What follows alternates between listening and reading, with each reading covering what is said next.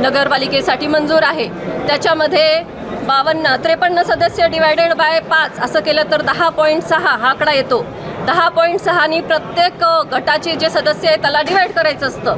त्यानुसार जी राष्ट्रवादी घडीचा जो गट आहे त्यांचा 2.35 असा नंबर येतो। भारतीय जनता पार्टीचा 1.42 असा नंबर येतो 4-1 आणि जी तुतारी आहे त्यांचा आहे 1.22।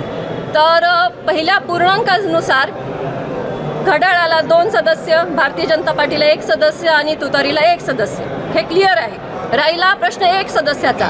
त्या सदस्यासाठी मात्र घटनेत दिलेल्या नियमानुसार, सुधारित नियमानुसार अपूर्णांकांना तुम्ही कन्सिडर केलं पाहिजे आणि अपूर्णांकांच्या उतरत्या क्रमाने आदरणीय मुख्याधिकारी साहेब, आदरणीय कलेक्टर साहेब यांच्याकडून जे आमच्याकडे पत्र आलं गटनेता म्हणून, तेव्हा उतरत्या क्रमाने भारतीय जनता पार्टी, मग घड्याळ आणि मग तुतारी यांचा नंबर लागतो।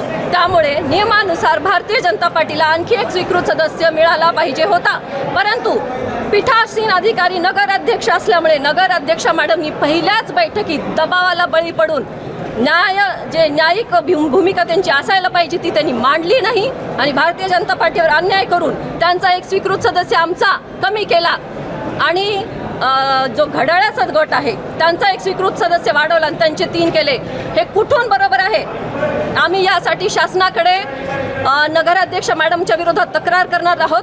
त्यांना हे माहिती नाही आहे की हे असे निर्णय घेणे जे नियमानुसार चुकीचे आहेत हे त्यांना अपात्रतेकडे घेऊन जाऊ शकतात।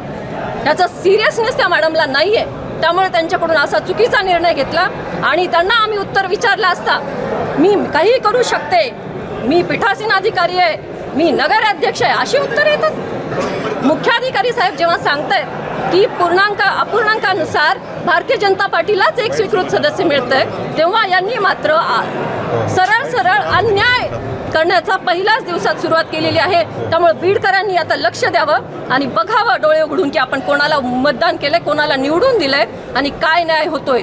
ही तर सुरुवात आहे, परंतु मी भारतीय जनता पार्टीची गटनेता म्हणून सगळ्यांना आश्वस्त करू इच्छिते की आम्ही यांच्या कुठल्याच गोष्टींना थारा देणार नाही आणि प्रत्येक अन्यायाविरोधात आम्ही लढणार म्हणजे लढणार।